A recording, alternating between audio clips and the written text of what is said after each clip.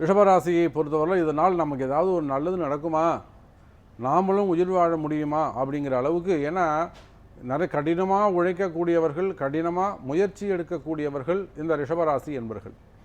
அவ்வளோ கடுமையாக கஷ்டப்பட்டு கூட நல்லது நடக்கலை அப்படின்னு சொல்லும்போது ரொம்ப வெக்ஸில் இருப்பாங்க, ரொம்ப விரக்தியான ஒரு சூழ்நிலைக்கு அவங்க போயிடுவாங்க. அவ்வளோ விரக்தியில் இருக்கக்கூடிய எனதருமை ரிஷபராசி நேயர்களே, இந்த குரு பெயர்ச்சி உங்களுக்கு நன்மை செய்கிறது, கவலை வேண்டாம். எவ்வளோ நாள் தான் ஒரு மனுஷன் கஷ்டப்பட முடியும்? அதனால் நீங்கள் உங்களுக்கான நல்ல நேரம் இதோ ஆரம்பம். இன்று முதல் உங்களுக்கு நல்ல நேரம் ஆரம்பம். சுயஜாதகம் செக் பண்ணிக்கோங்க.